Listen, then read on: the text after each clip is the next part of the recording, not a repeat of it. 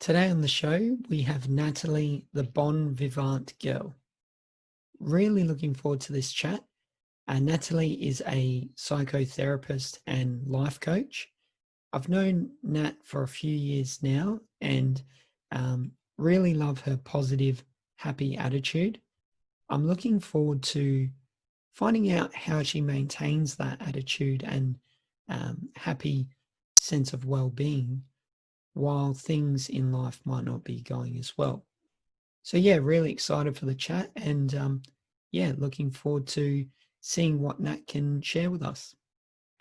Welcome to the Redesign Your Mind YouTube channel and podcast, where we have real conversations around mental health, self-improvement, and how we can find more meaning in our lives. I'm your host, Stefan Moralia. You can watch episodes here, or you can listen to the podcast on iTunes or Spotify. The show and any video uploads are loosely inspired by my book, Redesign Your Mind, Tools and Inspiration for Positive Mental Health, which is available on Amazon, Kindle, iTunes, and Audible. Please refer to the description below for more information, including my socials, a disclaimer, and how you can get in contact with me. Thanks for watching and joining me on the journey to redesign your mind.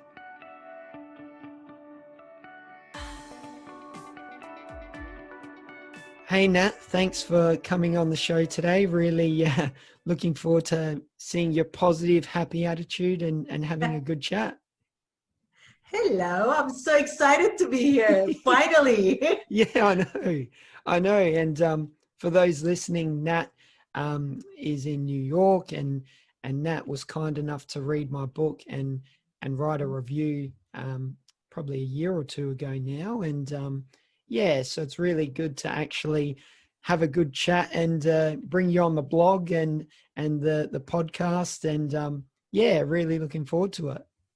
I mean, before talking about me, I'm obsessed with your book. I think I offered it to so many people. I think it's like beautifully written. It's why I said, let me write the review. I love it. Oh, thank you. Well, I mean, always like try to plug the book in somewhere, and you've just done it for me perfectly. So it's okay, it's like, because, I noticed that people like, when we have a bobo, like a pain, we go to the doctor, but when we have a mental issue, somehow we're ashamed of it. And your book shows how to get to there. And it's like, we really need tools like that and books like that to help us. So it's an amazing book. I will tell everyone to buy it.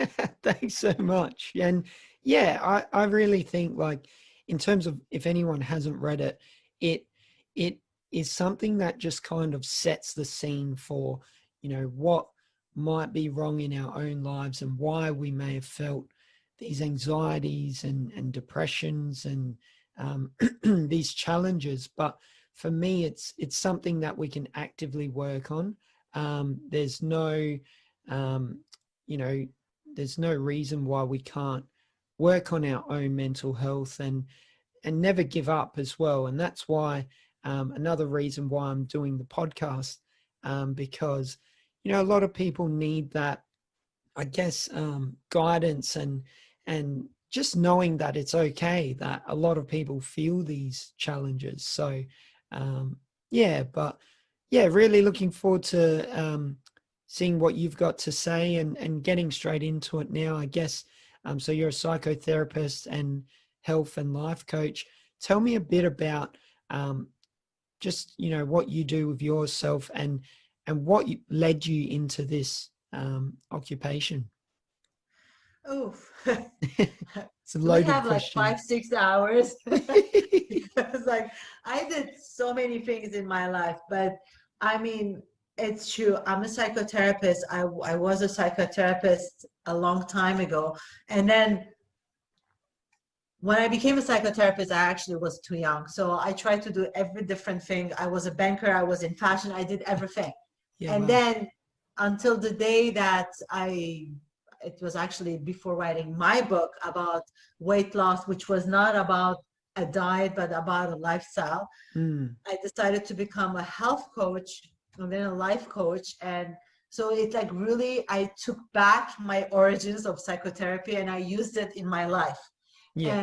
And funnily, actually, even my book, it's like I wrote the book thinking that it was a weight loss book without a diet, but it came out to be a book about living life in its fully potential, which Nice. I teach my clients today.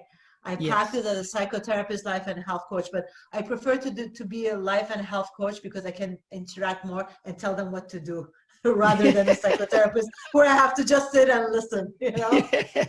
And I love, so we're digressing as well. And this is what I love about the open theme of the podcast. You said that you were too young when you were a psychotherapist and, Yeah. you know, so you tried different things. And I think me personally, I can relate to some of the things I did. I mean, we're all still young, but earlier in my life that I thought, wow, I wasn't really ready for that at the time. And I guess what's something you can share with the listeners and viewers about how you felt too young and why that was and what you've learnt to, you know, make you stronger now. I think the experience makes us who we are today. I mean, Mm. I used to be a banker, a successful banker, and it was not enough. Like there was something missing. And I think you were like in your book, you talk about your, Yeah, I'm it's just why like I laughing. related a lot to you because like Yeah. you have it all, but there's something missing. It's like, Yeah. and then like you kind of go in your self-discovery journey, and then like Yeah. it makes you the person that you are today. And Yes. again, it's like age is a number. It's like it's not about the age. It's Yeah. like just feeling at the right spot where you should be. Yes. 100%. And I can totally relate to that as you know, when I was a banker. So I think I was 23 and I was doing really well financially. And I remember, um, you know, one of the guys in the office who'd been a career banker, and I'm sure you've got them over there, but he literally spent like 40 years of his life in the same bank, in the same job. And of course, things evolve over those years, but um, I just got really anxious that that was going to be my life. And I thought, wow, like I don't want to just be another cog in the wheel in this big Yeah, chain of the bank. And wanted more. yeah, yeah. And you know, not to say now I don't work or anything like that. I do still work full time, but it was just a different paths and things that I found a bit more enjoyable. And yes, we all need money, but um yeah, I don't know. Like it's weird that we felt that same thing. Hey. I know. But like I have a lot of clients. It's like who they have it all. They have the Mm, money, the partner, this, that, and they still feel stuck. Like there's still something that they're not satisfied, fully satisfied. So I yeah, think well. it's like we have to tap into that. You can have millions, it's not going to make you happier. It's like Mm, unless you're happy with yourself. So hmm. that's where you have to kind of work on yourself. And that's Yeah. what you did with your book and what I started to do with my book wasn't about that, but I'm starting to do with my clients. And like it's Yeah. really that part that we have to work on in our lives. Yeah, I love it. And for myself personally, the last year, like so many good things have happened and it's been a real challenging time for the world. And I'm really grateful, touch wood, you know, that I've achieved some of those things. And, you know, I even got a partner. So I've got a girlfriend now. And it's like one of those sections in the book, and you talk about this in your coaching, that you can't wait to be happy, because even like if I said, oh, when I get a girlfriend, I'll be happy, then you think, okay, now, you know, you want to move in together, then I'll be happy. And then, oh, when we get married, I'll be happy. And then, you know, right now I'm looking at buying a house and it's like, oh, if I buy the house I want, then I'll be happy. You can't do that. You've really got to focus on being happy with what you've got now and being Exactly. grateful. And, but for me, and you'd be the same as a banker, you or in your past life, you still have goals and you still work towards those goals, but we just have to be happy with what we've got right now, I guess. Exactly. And how do you coach that? How do you do that for your clients then?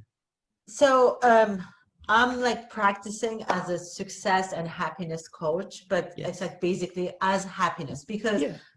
it's like, it's gonna sound very cheesy, I know, like everything starts, but I know it's like it would have sounded like very cheesy if I heard someone else telling it. But Yeah. let's say you just said, like, you know, like you have a girlfriend, you want to buy a house. The girlfriend can come and go. The Yeah. money come and go. The only thing that will always stay with you, it's yourself. So Yeah. if you put, you know, like you depend your happiness on something or someone, it's basically, you don't know if you're going to keep it. But if you keep it with yourself, if you learn how to be happy by yourself and then get all the rest, it's okay. It's like you will Yeah. be always happy. So to be able to be successful, you have to first start by yourself, loving and accepting yourself and being happy Yeah. without any condition, you know. Yeah. It shouldn't Yeah. be because you managed to buy a house or you managed to find a girlfriend or a boyfriend. It should be because you're happy. When you look at, you wake up, you're like, damn, I'm happy. You know. And like that's an amazing feeling. And to be able to do that, as you said, you have to definitely be thankful and grateful about what you have in your day, Yeah. in your life. And don't, and it, again, it's like it has nothing to do about having a car, having a house. It Mm. has about your health. Anything during this COVID time, we had like two kind of people. We had people who kept complaining about everything, and we had people who were like, thank God I have a roof over my head, thank God I Yeah. have my health, thank God my family, my parents are still alive and they didn't contact COVID. And you know, like those people were like happy about what they had, and then they managed to construct and create new things. The other Mm. ones like lost their time just about complaining, which is Mm. not the wrong thing too, because everybody deals differently with, you know, with Yeah. like life issues. But it's like you have like the two parts. But at the end of the day, today, the people who were grateful and who constructed and created are happier than the other ones, because like they keep complaining. Nothing is enough.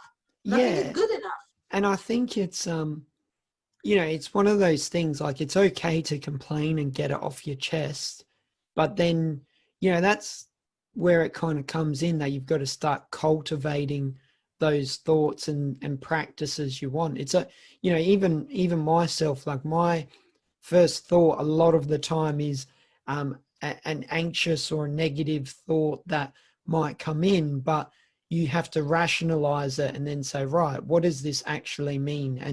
And that's the tricky part, I find. But yeah, that's what, I don't know, what are some ways someone can actively try and cultivate being grateful? And you know, you said you've got millionaire successful clients. What are some of those tools, I guess, or practices you could tell some young listener out there, or old listener? There's no, you know, like you said, age is just a number, but someone that needs help with this, what's some of those ways they can just cultivate this themselves?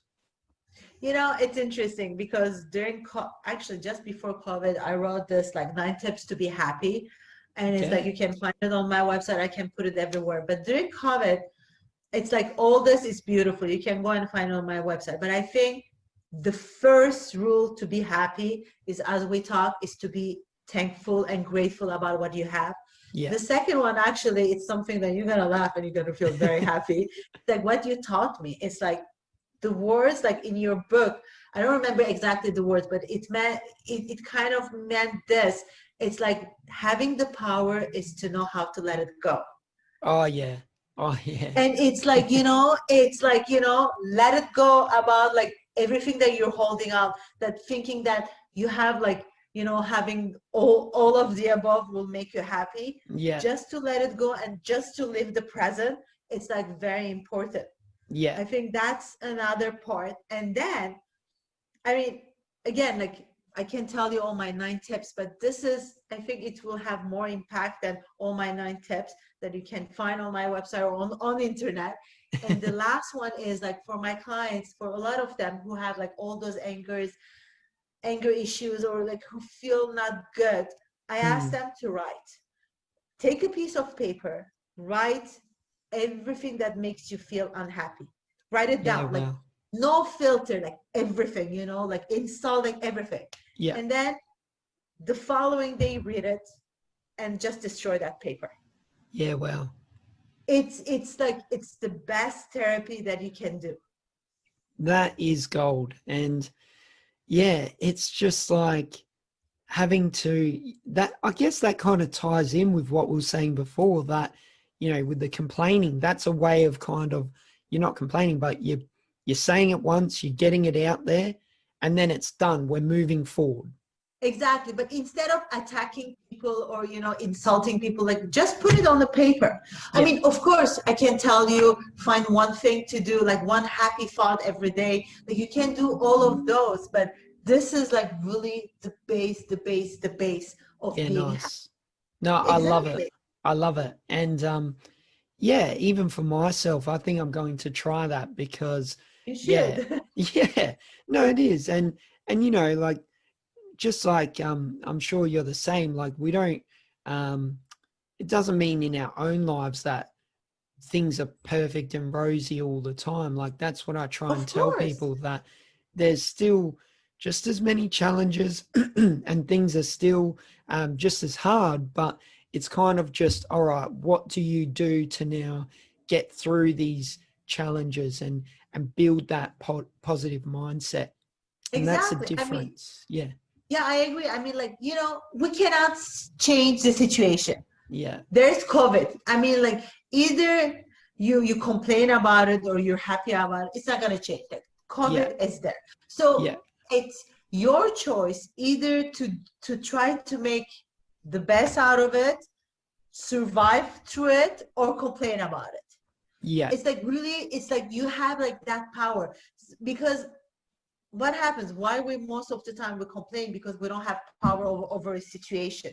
Mm. But yes, you cannot have the power over the situation, that what happens to you, but you have the power on how you react to it. So Yeah. that's like the most important key to get, like how you're going to react to the situation, how you can Yeah. handle it. Yeah. And I think talking with people, especially a life coach, or even in the book I talk about psychologist, or counselor, or anything like that. It's just that they're your personal trainer for your mind, and just to Exactly. get things off the chest and moving forward. So I guess with COVID as well, that's one thing that was really unexpected. And so in my job now, I'm a financial advisor in my day job, and we helped a lot of people on like a pro bono basis due to COVID. And it was amazing how I saw the differences in people, the ones that came in, like you said, negative and complaining, and um, really had that negative attitude and that things were against them, compared to those, for example, that said, right, yeah, this sucks, but this is, I've got something on the side that I've always wanted to do. This is now my chance to do it. I've got, 5, 6 weeks, and it turned into months to try and build that thing I wanted to do. Or, I've got people that got to spend more time with their families, and people that said, I've literally got friends that I remember before COVID that were really happy, or happy they thought, in their Yeah. job, and now they've said, this is not for me. Like I'm going back to university, or I'm going to start this business or this job. And it's amazing, it's like that old, I guess, that analogy, that out of death comes life, and the Yeah, rebirth. And this is that definitely. chance to create who you want to be. And it's that positive sense. So I'd like you to touch on that as well, I guess. Yeah, it's I mean, like, it's not peachy every day. It's like, I'm sure like you too, you have bad days. I have bad days, bad weeks. I mean, like, I'm not saying thank God we had COVID and then like we stayed in, like, so I can create. No, I had bad days, but like the important is like, I mean, like, we're humans. Everybody is like have bad and good days. But Yeah. the difference is like how to get over it and how to Yeah. deal with that situation, how to, you know, switch that bad situation and turn it to positive, or turn it to, let's not say positive because like Yeah. maybe everybody cannot do positive, like to normal. And Yeah. Or it's acceptance even. exactly, it's like, Yeah. you know, like, and then like we go all in waves. Like it was like at the beginning it was okay, this is new and it was a challenge, and then like we kind of crash. I mean, like personally I crash at some point. I was like, Mm. okay, I have enough of this.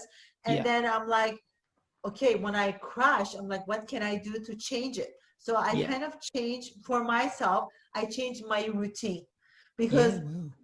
obviously, you know, I mean, like I always work from home with my clients, but I know that for most of people, they will be able, like, because they were in quarantine, they couldn't leave their house. So they will Yeah. wake up and then go to the living room. And then like they didn't have that part of like leaving the house and then, you know, going to work and then like socializing with colleagues and then having drinks or Yeah. so.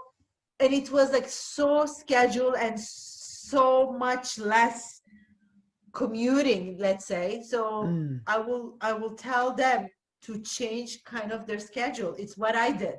It's like, you Yeah. know, I will have every day wake up, my calls, this and that. And I started to switch my hours of calls, like of with my clients, or I will switch my hours of my workouts. Just like little things Yeah. to make a little difference that made a lot at the end, Yeah. basically. Yeah. We are creatures of habit, and someone like me, like I can relate to that with some of your clients that I just like my routine day in, day out. You know, when I go on holiday or something, it's different. But um, yeah, it really impacted me having Yeah, that throw out and being such a social person that you it couldn't was do it anymore. challenging. Yeah, but But you you know, know, we the found thing is like ways. we all like I love my routine too, but I had my routine and then I would have like a friend calling me, let's go out, have drinks or let's go out to dinner. Mm, And then like I would but during COVID I will had my routine and mm, not the excitement next to it, yeah. which was missing. And suddenly the routine became a punishment, Wow. basically. Yeah, you're right. And I want to go back. You said something about that you were crashing and you had that self-awareness where you said, I know, you know, I think you said I need to crash or I will crash. Yeah. So you saying that in your life, you know when you're crashing, and what are some of the things you notice in yourself when you are crashing, and do you are you saying that it's part of um, you will allow the crash and then the rebirth and pick yourself up, or do you try and stop the crash? Yeah, how do you go about that, and what are I you think, feeling? you know what? Crashing is actually amazing because if you don't crash, what you don't, how you would know what is being high? If you go always like steady, Yeah, like honestly, it's like it will be boring. So it's a good thing to crash yeah, and wow, then to get the high up. yeah, So it's instead of blocking it, I will live it fully and I say, okay, I acknowledge the situation and then like really, but really acknowledge the situation and the crash and how I feel, and yeah, then start thinking what I can do to get out of it. So yeah, you shouldn't ignoring it's not gonna help you. In life, don't ignore any problem you have. You have yeah, to acknowledge it, you know, like let's say a wild animal. Like mm, you have to like learn how to deal with that animal. Your crush, you have to learn how to deal with it. And then learn how to do to get out of it. yeah. And what I love there is that you accept it. Like I think for myself, one of the things I try and do is, you know, not allow myself to crash. And of course everyone's different, but I love your take that you say, look, I'm going to embrace this. I'm going to, you know, take it on, absorb it, understand the reasons why, and then I'm going to pick myself back up. And I think that's a real positive way and a different way to looking at things, because I think a lot of people won't allow themselves to crash, and they put all this fear, and I myself do it too still, that there's this fear or pressure that I can't allow myself to get to rock bottom. Exactly. But Yeah, because you have story and then like you crash and you really burn. yeah, But I'm gonna tell you something. If you yes, didn't, you haven't had, you didn't crash and burn, you wouldn't have your book and we wouldn't be here yeah, talking about it. you're So right. you know what I mean? It's like when you crash, even if it's like the lowest point, the only way is up.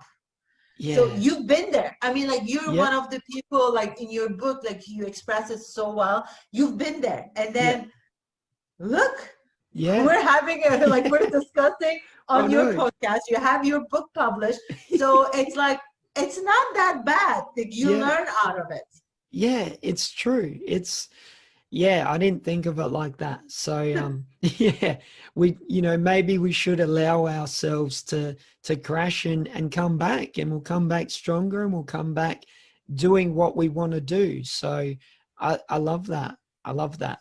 Um, Changing gears a bit now, we talked before the show, and uh, I would never say your age. That's not fair for a lady, but you said It's okay. yourself that I'm you're Gen 46 X. and rocking it. Yes, I you love are. my age You actually. are. You said you're Gen X. So being Gen X, and I'm a millennial, and we've now got Gen Z coming through, or Gen Z. Um, you mentioned before the show about the differences between the generational pressures. Can you tell me a bit about that, and your own generation and those pressures you see for the Gen Xers, and the differences you see for the younger generations? I mean, yeah, we were talking about this because I'm sure like all the people from my generation, we grew up with our parents telling us like what would others say?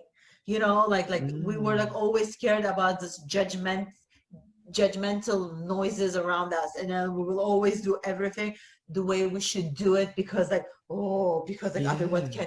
can judge us.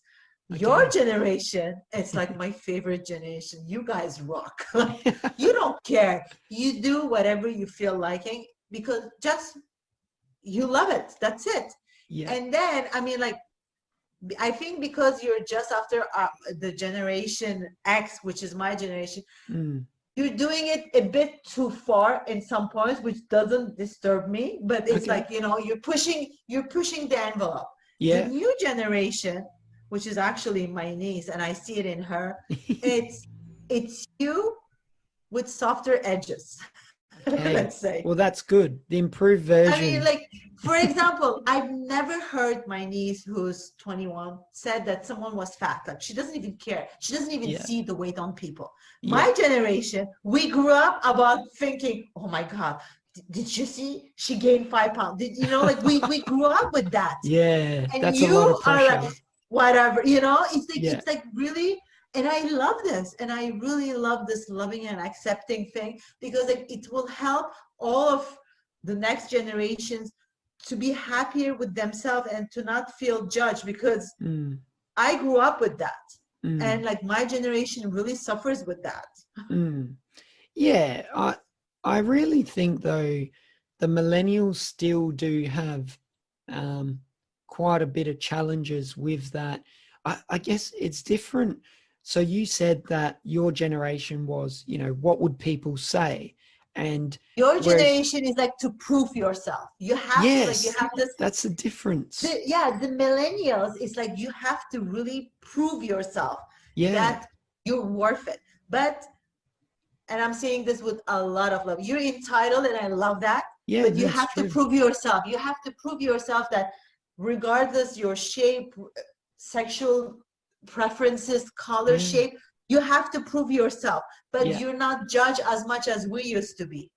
Yeah, and that's what's It's even weirder, isn't it? And like for me, yeah, I really try my best to move away from that proving myself. Like I was, as we talk, you've read it in the book, that classic overachiever and always Exactly. doing well. And I've learned that no one gives a fuck. Like, it's, you could achieve as much as you want. And yeah, mum and dad are happy.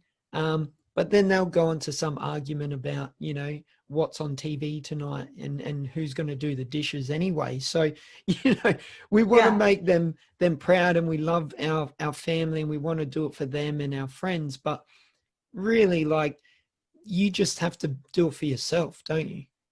Exactly, but I think you have some leftover from my generation in your upgrowing. But I mean, like even like in my generation, it was like really bad scene to be single. Like, oh my God, like like the sentence will be like, "You're good looking, you're a beautiful girl, you look Yeah, smart. Like, how come you're single?" yeah, In your generation, I mean, like I see in the millennials, it's like, who cares? yeah, They're I mean, they're bisexual. They're like in a couple, in a throuple. Like, who cares? Like, that's the difference. Nobody yeah, judges us. It was like, oh my God, she's single. Let's put her on the marketplace and then throw her stones. yeah. But it's It's true. It's like this kind of like mentality that changed. And then yeah, the new generation, they really don't care. yeah. I They're think accepting and loving. yeah, and I think what I love about the new generation and or the millennials like us, we're a little bit selfish, and that's something I'm trying to work on changing for myself and other people. And I feel that the Gen Z, um, and I'd like to hear your thoughts over there in that part of the world. It seems they're more um, selfish for the collective, so they want the world to do well. Like, it's about being more politically correct. It's more about sustainability and climate Exactly. change and building something, a world where, like even the Black Lives Matter movement, and the traction that's gaining. And I know it's been going for decades, but the positive movements and still challenging times there, but we're trying to move forward. And I feel that this new generation, the Gen Z, and millennials and Gen Xers can play a big part still. It's not Of over. course. But I feel that the Gen Z is really driving a lot of this and saying, hey, like, we don't want to live in this world. We want it to be better. I think like you really opened the road for them, your Mm. generation. Yeah, you really started the fight. And then so you actually made it easy for the Gen Z to take it over and continue. I will take the But credit then. they don't have to fight that much as you did, because like you were like the pioneers to fight over that. Like, like the Yeah. feeling equal and then not judging anyone, and like this new generation, they're following your steps in a softer way, let's say. Yeah. Because And you did all the ground job work, yeah, basically. it's a good point, because I've got a friend who works in a large corporation, and he's pretty high up now, and he talks about when he was starting out as a graduate, and they would do 15-hour days every day, and they weren't allowed to leave before the boss and all these things. And um, he talked about recently they got new graduates. This was probably a year ago.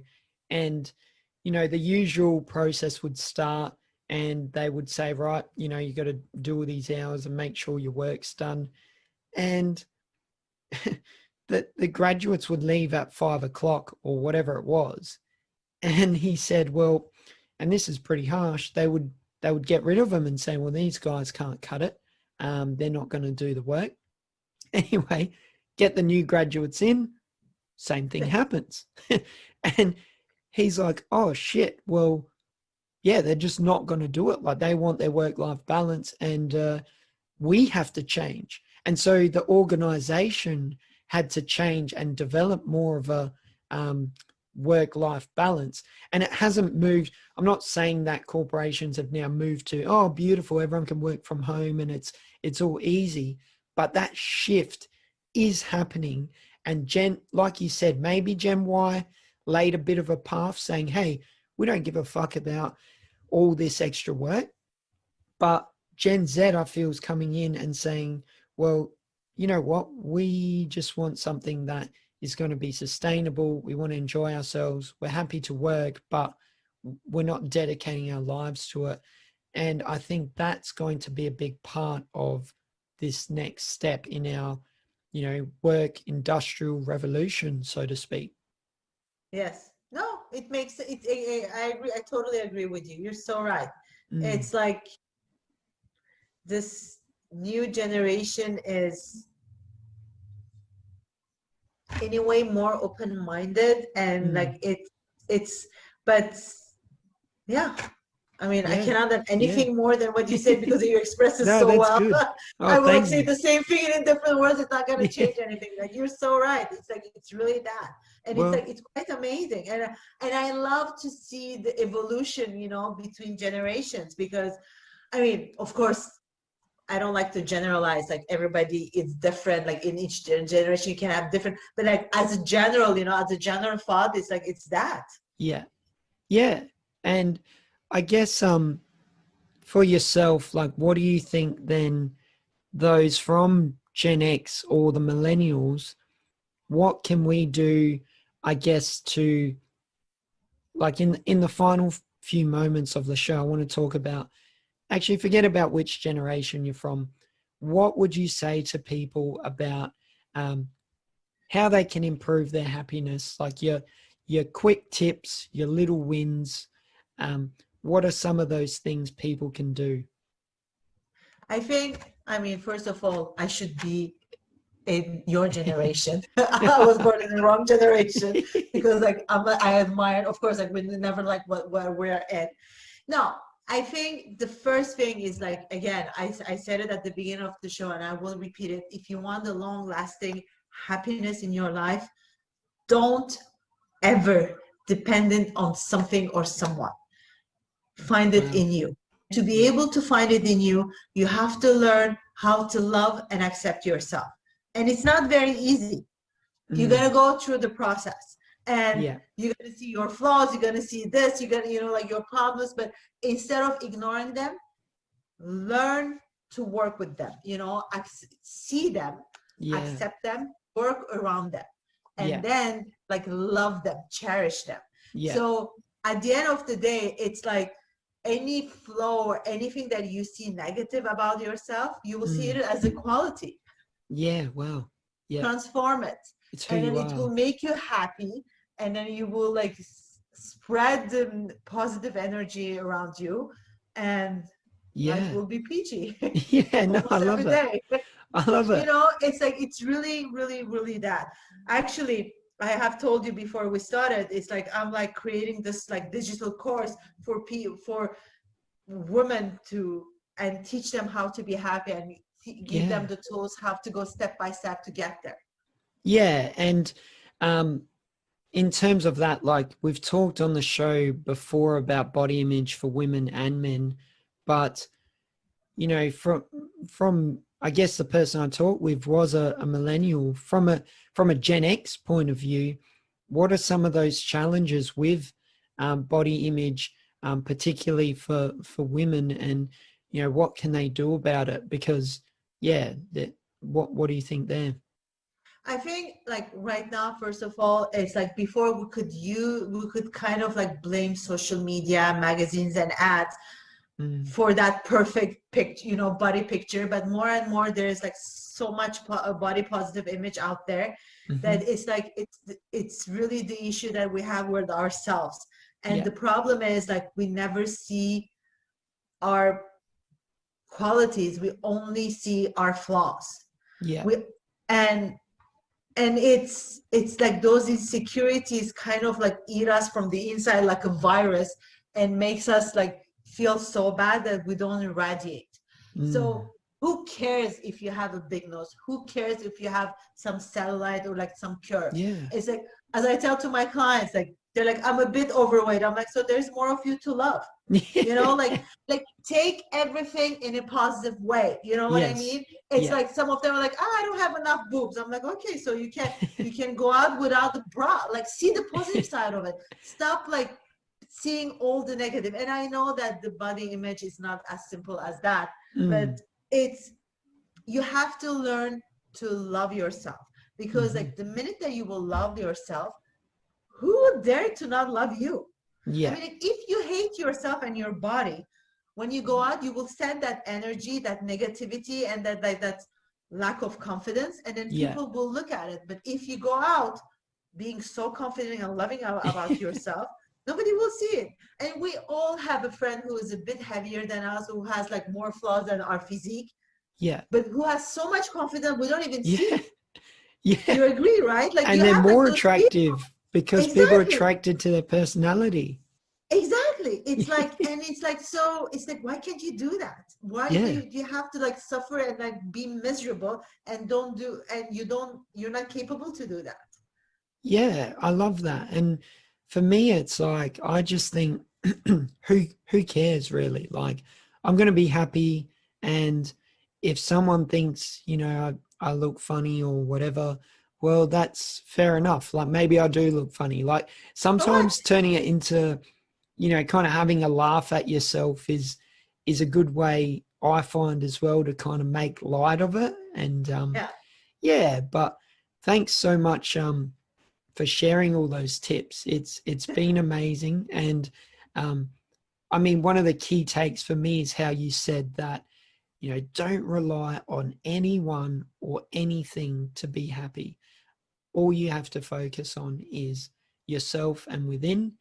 And look, we're all still guilty of that. I love all the nice things, but it's having that mindset where you actively try your best not to put your happiness on those things. Sure, we can enjoy life, but that's not where our true happiness and day-to-day positive energy is going to come from. So, yeah, any final thoughts on that, Nat, before we wrap it up?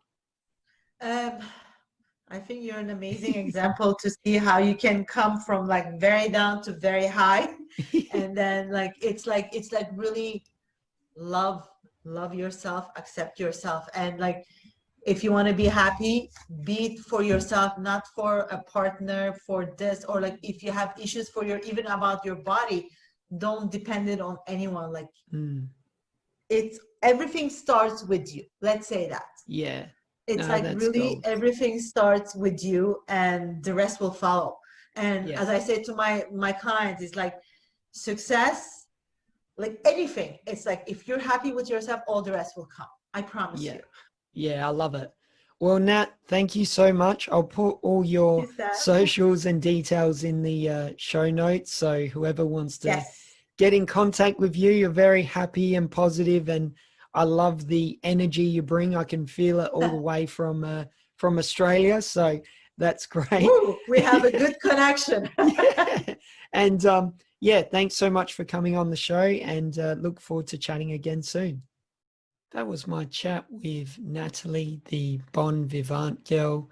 Um, really loved her positive, happy vibe. But one thing I was surprised to learn, and I also loved at the same time, was that she allowed herself to crash when she needed to. We can all learn from Nat, and I hope you really got something out of today's episode. Thanks for listening, and if you're on YouTube, thanks for watching.